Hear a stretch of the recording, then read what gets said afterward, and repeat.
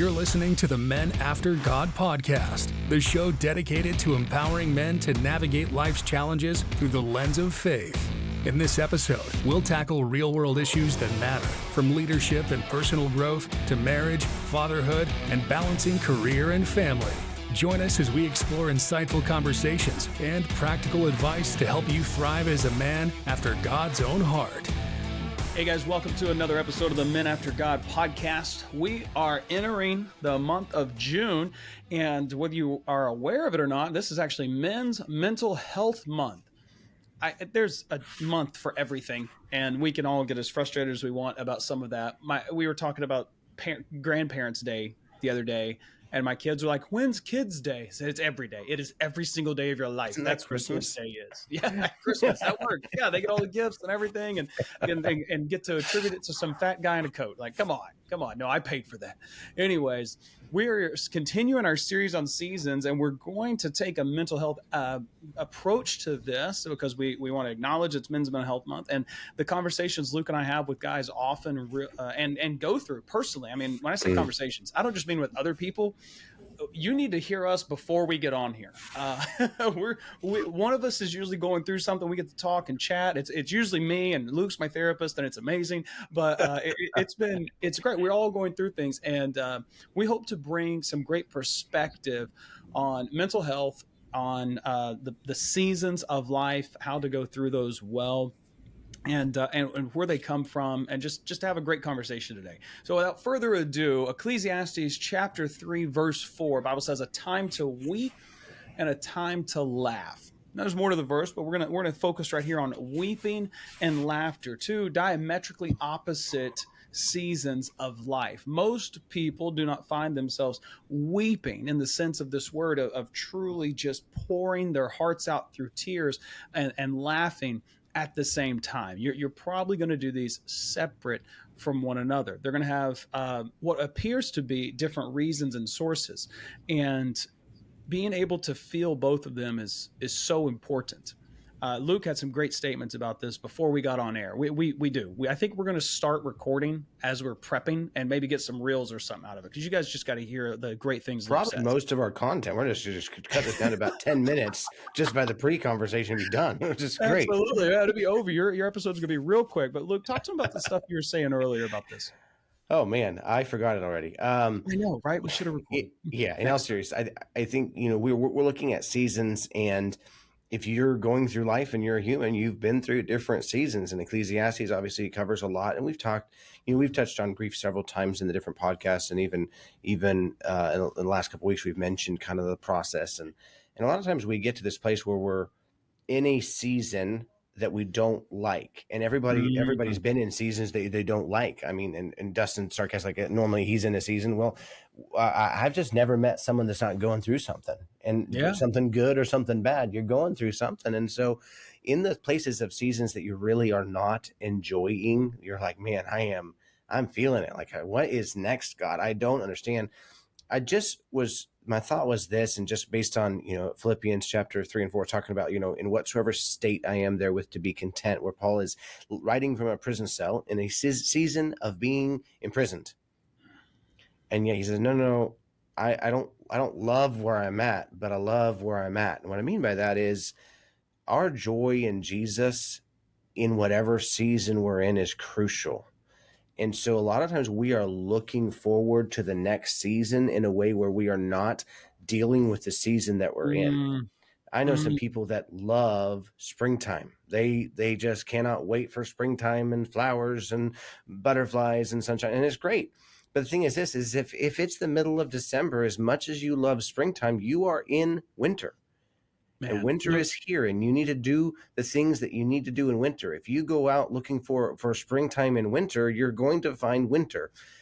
So many of us are looking for something in the future, like, well, if I can just get to the season of laughter, then everything's going to be fine, and I can walk with Jesus, and I can be faithful, and I'll worship better. And I don't believe that's what the point of the seasons is. When Solomon is talking about, like, hey, there's seasons, it's a reminder that you don't get to control the seasons. The only thing you get to control during the seasons is your attitude and your actions. Yep. What do I do with the season that I'm given, the season that I'm in? Because here's the deal. All of us are going through different seasons, and a lot of people I know are going through different seasons. And a lot of times we're trying to shortcut, like, how do I get to the season of laughter? And John Maxwell says that the longest way, let me see, I got to remember this right. The longest way from point A to point B is a shortcut.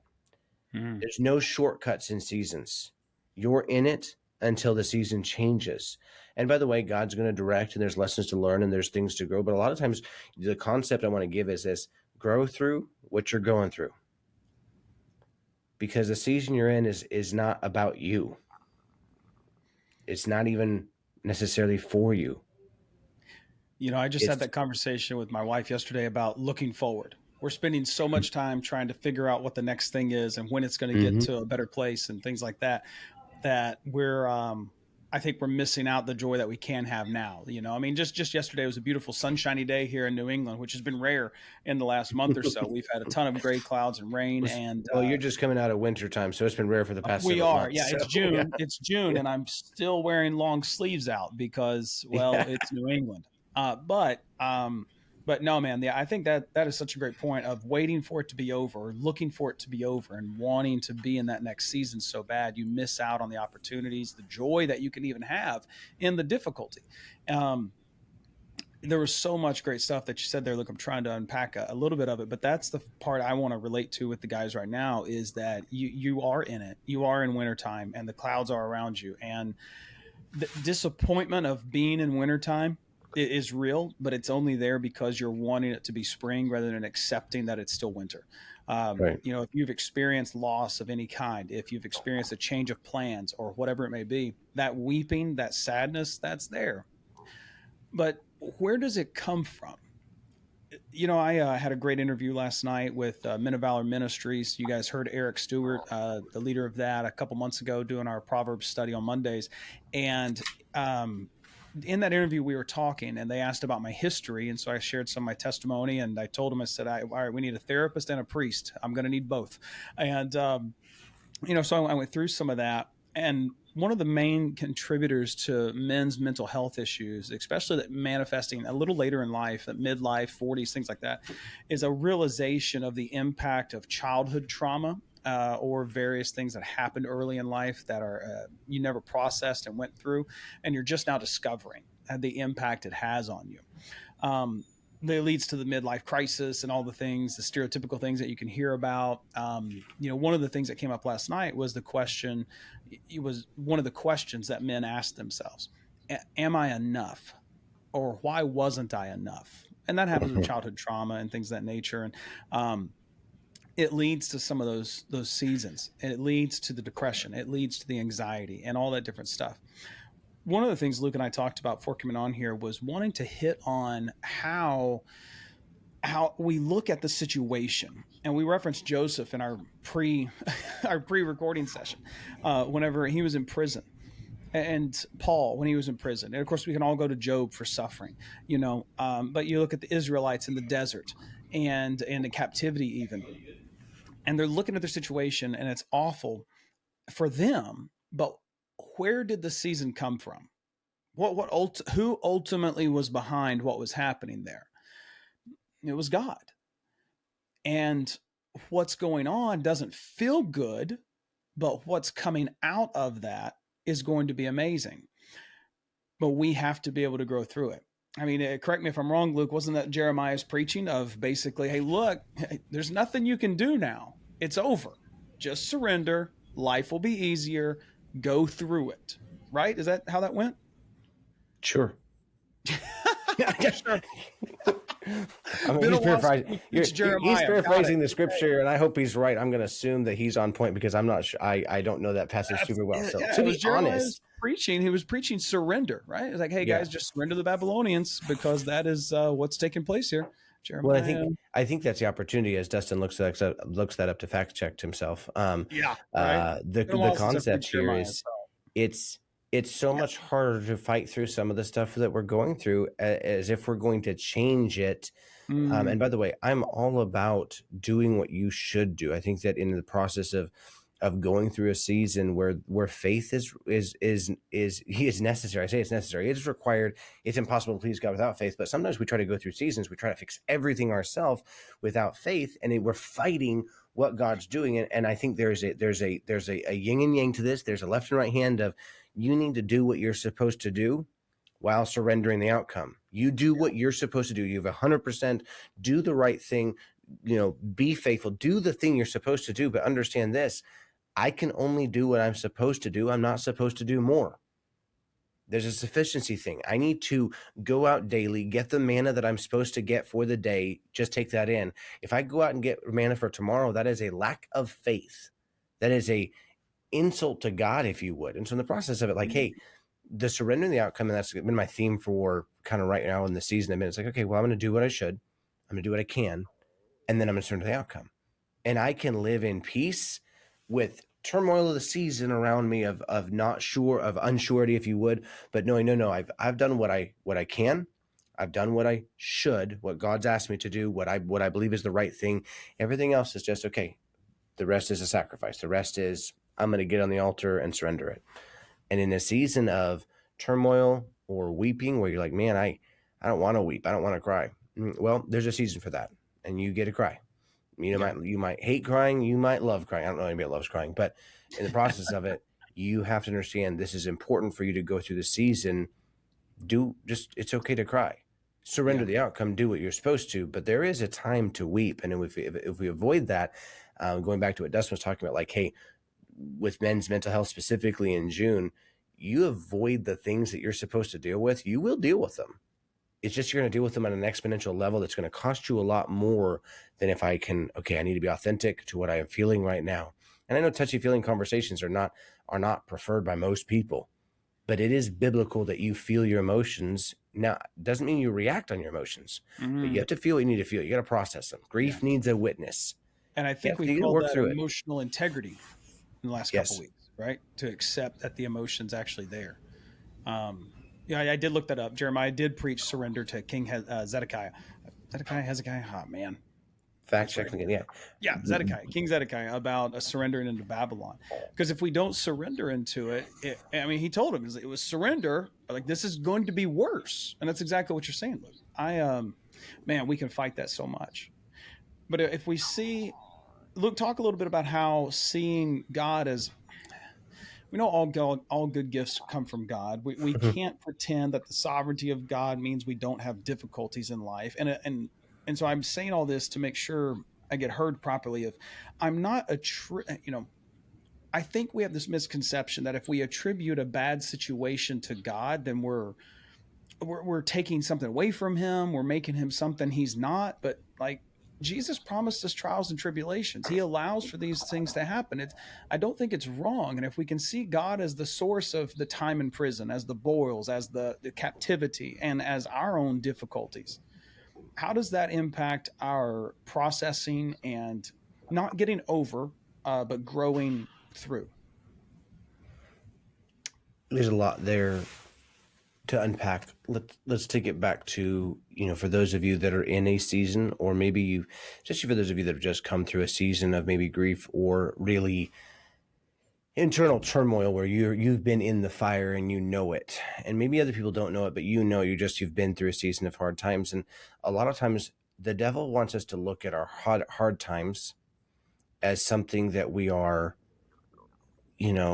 that it's about us. There's a visual, there's a perspective. When you're in pain, if you stub your toe, you're walking through the living room and you stub your toe, who is the only person that you're thinking about when you stub your toe? It is you, and you're thinking about your pain. Now, you might be thinking about other people, about why the kid left the toy there, and you might be thinking, you're thinking of other people, but they're not good thoughts. But I'm not exactly trying to say like, oh, well, thank the Lord that I stubbed my toe because God's going to get the glory from this. Because most of the time we're not looking for God's glory in the stubbing of the toe, nor do we look for the glory of the Lord in the process of pain and grief and loss and the things that you're like, well, why do bad things happen to good people? I have news for you. There's only one good person, and we crucified him. Mm-hmm. For one.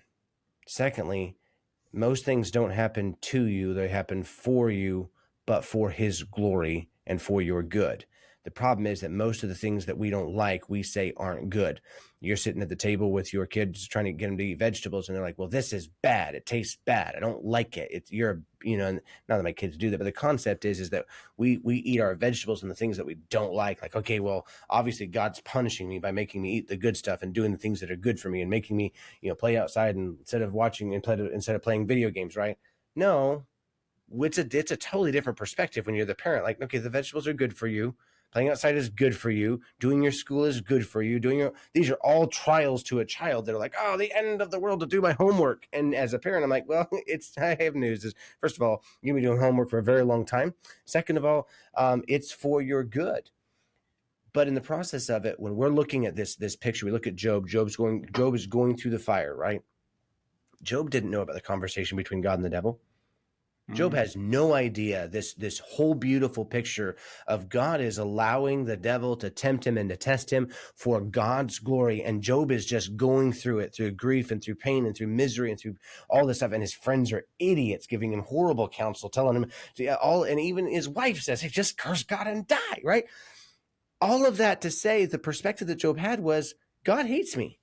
What did I do to deserve this? And he says, in I think Job 24, my wife listens to the podcast that Keith Birdsong put on last year. Yep. It's Through the Bible, side by side. It's really great. Pastor Keith does an amazing job. She sent me this podcast, and he was going through the life of Job and talks about how Job is like literally saying, hey, God, would you just bury me and hide me from yourself until you are done being mad at me? If you just keep me out of your sight until you are done being angry with me, that would be great. That was his perspective. Yeah. But God's perspective was, this is my man right here. I'm so proud of Job. Look at the fire he's under, and look how much glory he was bringing to God in the process. And that doesn't mean he wasn't feeling it. It doesn't mean he wasn't questioning God. It doesn't mean that he didn't absolutely just want to just be done with this. Like, what's the point of life? Everything is out to get me. And yet in the process of it, look at what God's like, no, this is glorifying to me. This is beautiful. The devil oftentimes, in the process of Job specifically, he wasn't trying to make Job miserable. That wasn't the point. He was trying to make Job sin while he was miserable in the season that he was in. That was all that the devil was doing. But a lot of times he'll do it through a season of weeping because people want to see how you're going to react. Yeah. Oh, man. That's so good. The how we handle that, you talked about just wanting to get away, like, God, until you're done with me, let me just go hide and stuff. I want to put that into some secular terms for just a moment to maybe help with some understanding. Mm-hmm. Depression, anxiety, and the feelings of these types of emotion lead to something called isolation or self-isolation. And we just don't want to be around anybody. We don't want to talk to anyone. We don't want to see anyone. And for a time that may be okay, but it's meant to be a processing time, a time of you and God, not a time of woe is me, my life is terrible, as Elijah on the brook, like, God, just let me die. It's a processing time. It's a time to rest. It's a time to reflect. It's a time to pray. But then you got to come out. And that is so hard. Guys, I just want to acknowledge that with you right now, that if you are in that, or if you get into that state, it is hard. The seasons and the joy of the Lord doesn't mean I'm not here. And if there's someone out there who's this spiritual, you call me because I want to talk to you, where, you're going through it. And every day you wake up with a smile on your face, like, this is great. I'm loving life. Everything's amazing and wonderful. There's good days, there's bad days. But in those days, it's the faithful obedience to Christ, knowing that he's got the outcome, and I don't understand the process, but one day I will. And when I do, that's going to be really cool. But it's probably not going to be while I'm going through it. Yeah. And this goes back to what Luke said of grief needs a witness. Process yourself, get yourself able to be around people, and let someone be with you. I'm thankful for guys I get to call. I'm thankful for my wife, who I get to sit and talk with. And this really goes back to the Galatians 6 verses. Galatians 6:2, carry each other's burdens, and this way you will fulfill the law of Christ. Men, I'm afraid, I know I could fall into this trap. We will find ourselves not wanting to burden someone else with our burden. We don't want to do that, but in reality, that's what God calls us to do. It doesn't mean you have to go into a room and just bleed all over everybody talking about all of your problems, but you can have one or two people in an inner circle, if you will, that are carrying those burdens with you, praying for you, praying with you, and making sure that you are being those brothers in Christ that we need. Mm-hmm. I think it's imperative to look at this. I think there's probably more in my mind. There's two reasons why I don't want to go share with somebody what I'm going through, because I'll self-isolate, and as much as I enjoy being the person that people call a lot of times, and we'll talk through stuff and we'll pray together, and I feel fulfilled that, or I feel very joyful that they'd allow me to be a part of that. But I don't do that with a lot of people for two reasons. One is I don't want to be burdened. So that's the first. It's like they don't need that right now. They've got their own thing they're going through, and there's a justification of an understanding that everybody's got their stuff they're going through. And sometimes that's true, but sometimes the best way to get through stuff is to get through your thing with helping somebody else carry their thing, and you'll find a threefold strong is not quickly broken cord. In the concept here, the other reason is a lack of ability to be authentic. I go through hard times and grief times where, unless I'm utilizing my grief for the benefit of others, I don't want to share my grief. Like if I'm doing a Facebook poem or writing, I'll do that because I know it'll benefit somebody else. I know I'm feeling it. So I will repurpose what I am feeling, my weeping. I'll repurpose it to try to package it up in a nice little wrapper for somebody else. Like, okay, well, now I've processed my grief. That is a part of processing. It is not processing. It is reallocating. It is repurposing your grief. And I'm not saying it's a bad thing, but it's a bad thing the way that I do it, which is if I could just kind of give it to somebody else, like share it, well, then it has a purpose and I can justify it, versus I'm weeping because I'm going through a tremendously difficult time. And some of you are going through a tremendously difficult time, and you're afraid to show the raw side of your grief. And I'm not talking about you lost someone. Maybe that is you. Maybe you have lost a spouse. Some of you have lost children or parents. You're going through it. I get it. But I'm not talking about that grief. I'm talking about some of the hard times. Some of you are going through some financial difficulties, some pressures, some consequences that you're dealing with, and you feel like you have to deal with them alone because you're the one who messed up. Well, you done messed up, Aaron. But guess what? God is still faithful, and you don't have to do that alone. So you say, well, it's my consequences. I get that. It is your consequences. Don't miss the fact that God can still get glory in your consequences. Yeah. We look at the prodigal son, and we see the fact that the father still loved him. God used the failures and the consequences of the prodigal son for us to realize that the prodigal son story is not about the prodigal. It's about the father. So in the process of it, when you're dealing with this, your inability to be authentic, to actually say, I am hurting right now. I'm not doing what I'm not okay. And I want to say it real quick. It's okay to not be okay. It just is. And we gotta stop pretending that everything's hunky-dory. People ask me how I'm doing all the time, and I always say the same line. Not best day ever. I just want to say real quick, and this is my confession time. So my name's Luke, and I genuinely care about people, and I don't always have the best day ever. I've had some really tough days in my life. I just look back at those really tough days and realize that it's a pretty good day today because it's not that day, right? So as you're looking at this, it's okay to not be okay. Let's have that conversation and stop pretending that everything's hunky-dory. We're not in a Baptist church on Sunday night. Yeah. We're at the altar call. Let's have a serious conversation. And when we do that, I think it's important for us to know how to be there for someone who's going through it. Because, guys, as much as we don't like to talk about emotion, that's fine. Or we don't like to be in an emotional state. Okay, fine. However, you need to learn how to process that, how to learn to be there for someone who is. And I think when I would preach funerals, one of the things I would always say is you might not have the words to say that are going to bring comfort to the family, but your presence here says much about your love and care for them. Mm-hmm. Sometimes just being present. And Luke and I love to talk. We have a podcast. It's natural for us. Who knew? Yeah, news guys, right? Breaking news. Luke and Dustin love to talk. Take that with you. Yeah, and but sometimes it's just being with someone, saying less, and just giving them your presence. What is the old adage? Give them the present of your presence.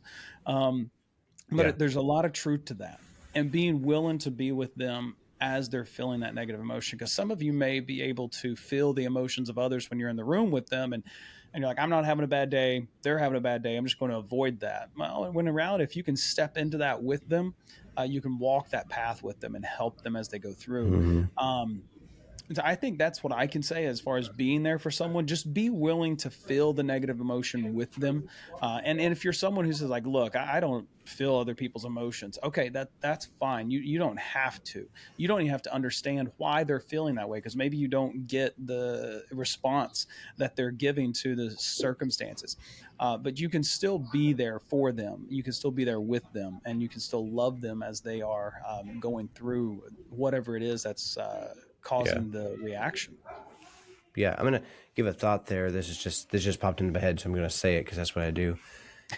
When we look at, I've been reading I've been reading through the book of Job the last couple of weeks. And so when you look at the life of Job and you look at his friends and we know the whole story and kind of the picture of what's going on, but his friends did not, his wife did not. And everyone's looking at this guy like, man, I'll keep my distance because obviously God is angry at Job.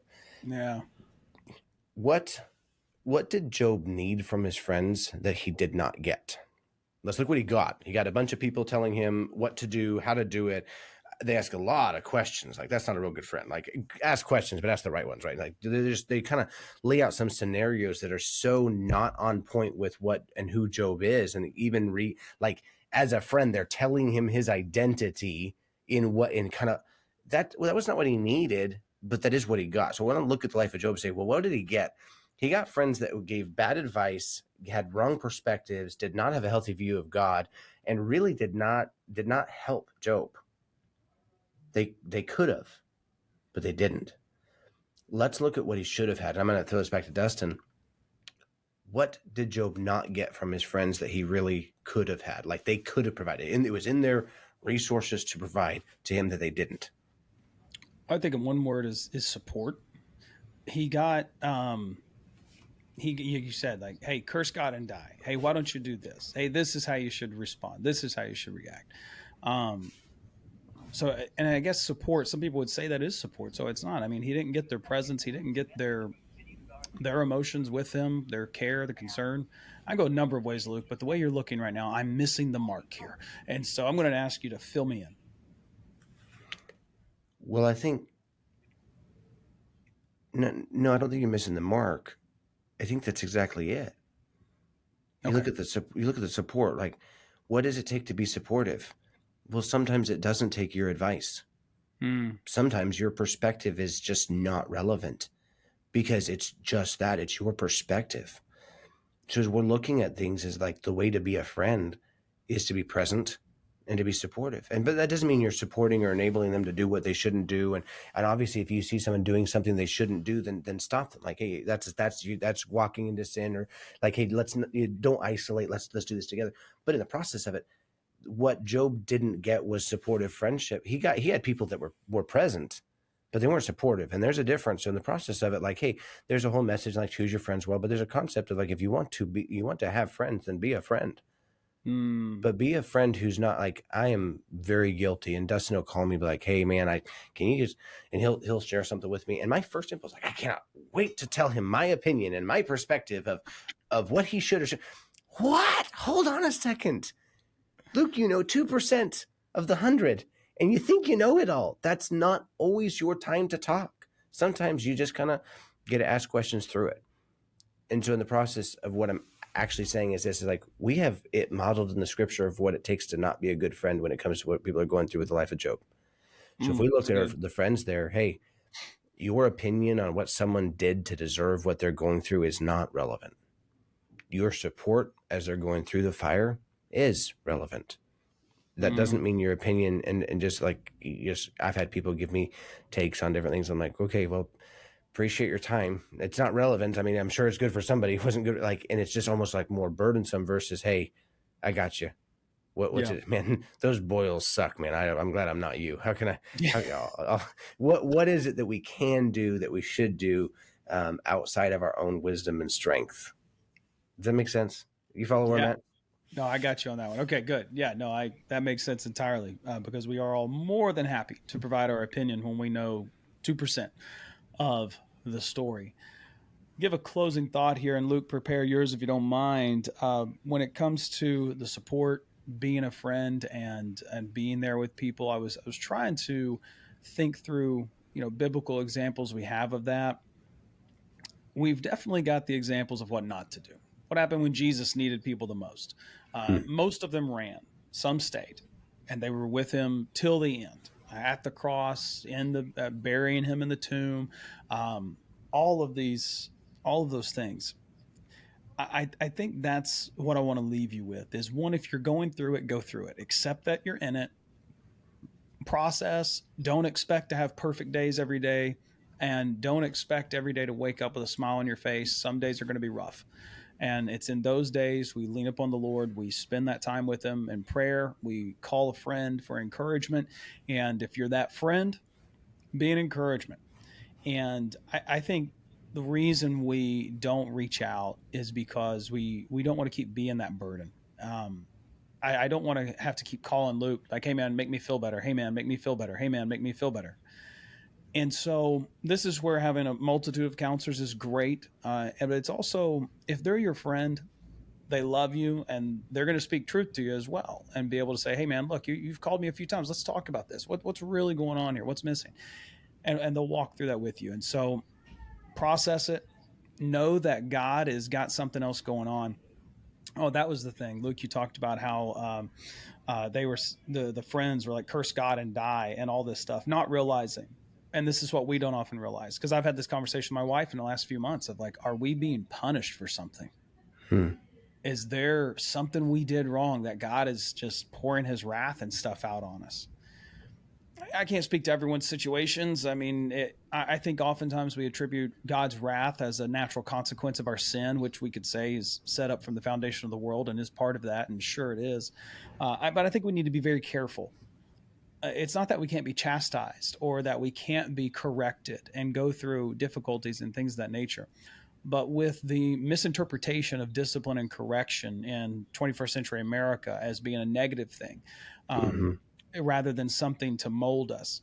I had a conversation with one of my sons recently about some discipline for him. And he came forward and had talked to me about some things. And I told him, I said, well, there has to be a punishment, but the purpose of punishment is to help with repentance and correction moving forward. It's not just, hey, I want to punish you for the sake of punishing you. And in this situation, I just told him, I said, you came forward and didn't have to. And so I'm very proud of that. However, I also want to ensure that there's an understanding of like, hey, you did wrong, but just because you confessed it doesn't mean there's nothing there. Mm-hmm. And so we were navigating that. And so think about that as you go through your difficulties and things. Let's not blame God for punishing us, when in reality, it could just be that refining. It could be what's preparing us and it is preparing us, whether it is a chastised or anything else, it's preparing us for what he has next for us. Yeah. I think that's so crucial as we're looking through it, understand that there are times that we're going to be weeping, that the weeping is caused, like it's the consequences of what we've done or actions. And there's consequences. The bottom line is that you reap what you sow. And so with some sowing comes some reaping, and with some sowing comes some weeping.